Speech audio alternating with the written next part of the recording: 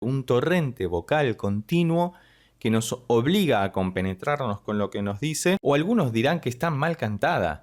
Hace mucho tiempo que no escuchamos ni analizamos a la maravillosa Yma Sumac. Hace muchísimo tiempo que nos debíamos este otro video, así que hoy vamos a escuchar y analizar su interpretación de la canción Tumpa en la película acerca de los incas del 54, si mal no recuerdo, entre los 50 y los 60 era. Si tenés más información, te leo debajo en los comentarios, pero vamos a ver con qué nos encontramos.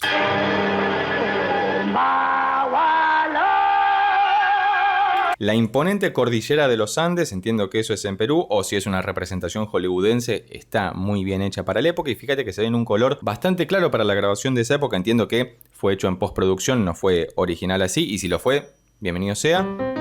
Y fíjate que Yma ya comienza describiendo un acorde de do menor. No nos esperábamos menos de ella.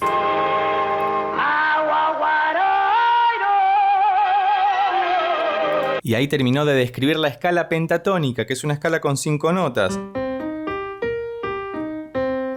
Como si hubiera descrito un acorde de do menor 7. Y fíjate con esa voz ronca, carrasposa, como raspada, como si estuviera tensa, pero es una voz animal, pura, bien latinoamericana. Me encanta.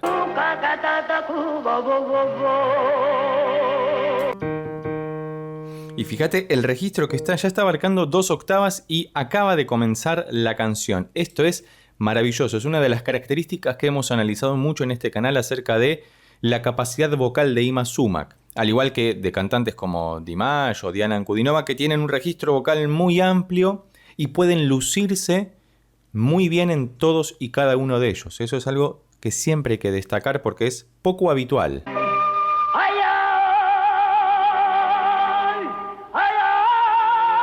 Ahí va subiendo de a poco, acompañando el beat de la canción, lo que está sonando en la música de fondo. Fíjate que hay instrumentos autóctonos y también hay algunos instrumentos de la orquesta occidental tradicional y sin embargo ella no pierde la capacidad de poder identificarse con su tierra y con su voz de una manera única e irrepetible.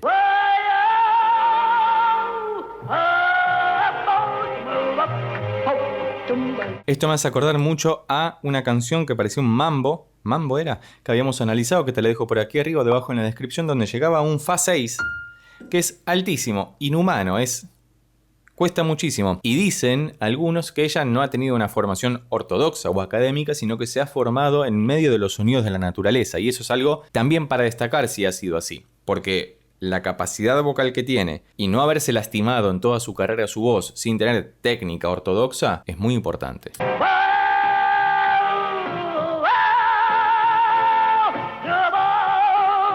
Y fíjate la agresividad que tiene su voz. No es solamente la capacidad de cantar en un registro determinado, sino también la infinita capacidad que tiene para poder conmovernos con una voz incluso que parece bestial o animal. O algunos dirán que está mal cantada.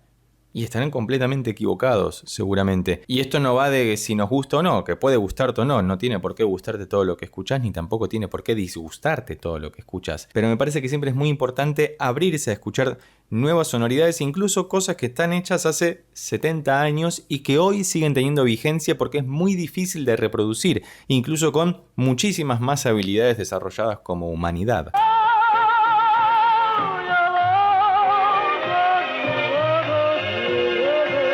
Y fíjate cómo hizo el cambio de voz.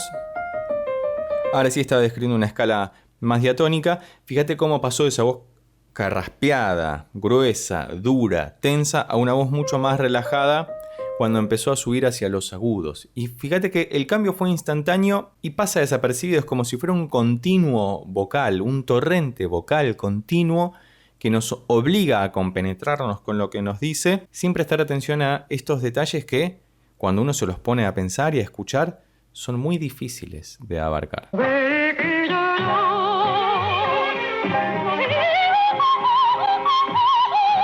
Empezó a cantar como si fuera un bolero y me tuve que apartar el auricular porque estaba muy alto el volumen y sus agudos son nítidos, penetrantes y fuertes, pero arrancó como si fuera un bolero, ¿no? Bellísimo. Y después vamos a ver hasta dónde llegó. Otra vez, escala pentatónica. Llegó hasta un 2-6, 1, 2, 3, 4, 5, 2, 6. Como si nada, como si estuviera respirando o hablando normalmente, algo que a nosotros nos puede costar horrores y nos podemos quebrar la voz intentándolo. Por eso no lo voy a intentar, porque yo tengo una voz que va del medio para abajo, pero ella lo hace como si nada.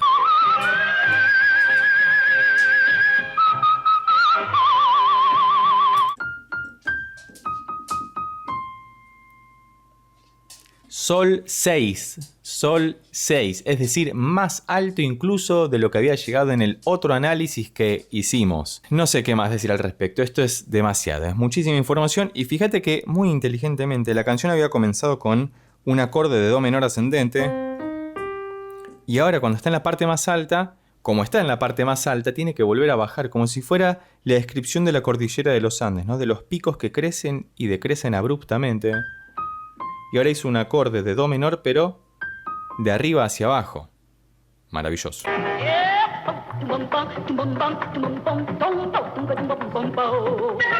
Y también la gran ductilidad rítmica que tenía. Porque fíjate que es una escenificación constante, parece. Todo el tiempo está como cambiando de personajes. Es como si ella sola fuera una obra de teatro completa interpretando a todos y cada uno de los personajes que podemos ver en escena. Claramente en simultáneo no, porque tendría como que dividirse de alguna forma y por lo menos la clonación en ese momento no está muy en boga. Hoy quizás un poco más. Es muy interesante ver cómo logra pasar de un lugar al otro, de una estética a otra, siendo ella misma y sin perder su identidad, como decíamos hace un momento, atravesando por todos estos lugares y a la vez, más allá de eso, cantando como lo hace.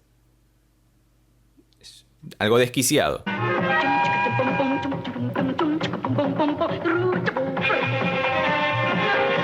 Y además esto de replicar los sonidos de la naturaleza le dio esta gran habilidad de poder interpretar justamente todos esos sonidos como algo totalmente natural. Porque no se siente forzado y uno la ve y está como súper alegre, súper dedicada, incluso acompañando con los movimientos lo que está interpretando en ese momento. Por eso digo que hay una gran cuota de escenificación o dramatización en el sentido teatral de la palabra, que es tremenda, tremenda.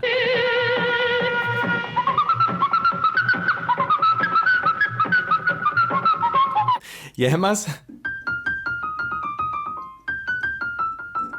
los cromatismos que empieza a hacer en ese momento, fíjate, todos delicados y puntillosos, muy definidos, como si estuvieran autotuneados de alguna forma porque tiene un nivel de precisión soberbio, es muchísimo. Y sin embargo lo hace con una gracia que va en favor de lo que está cantando también. O sea, no hace nada que vaya en detrimento de lo que está haciendo, es como un gran combo artístico completo.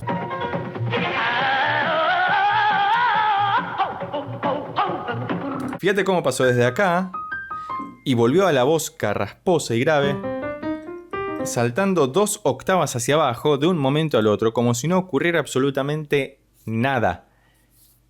La gran pregunta es, ¿cómo lo hacía? Si tenés alguna otra recomendación sobre alguna otra canción que te gustaría que escuchemos y analicemos de Yma Sumac, por favor déjala escrita debajo en los comentarios. Muchas gracias.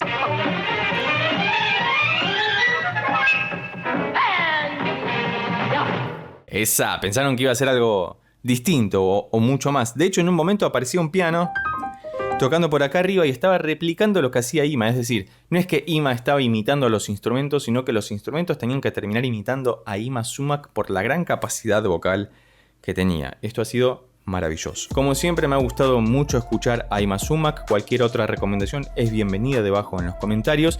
Y si llegaste hasta acá y te gustó este video, recuerda que puedes suscribirte, darle un like, dejar un comentario y compartirlo con tus amigos y amigas para que pueda llegar a más personas. Por lo pronto nos vemos en estos otros videos que ya tengo preparados sobre Yma Sumac para vos. Chao.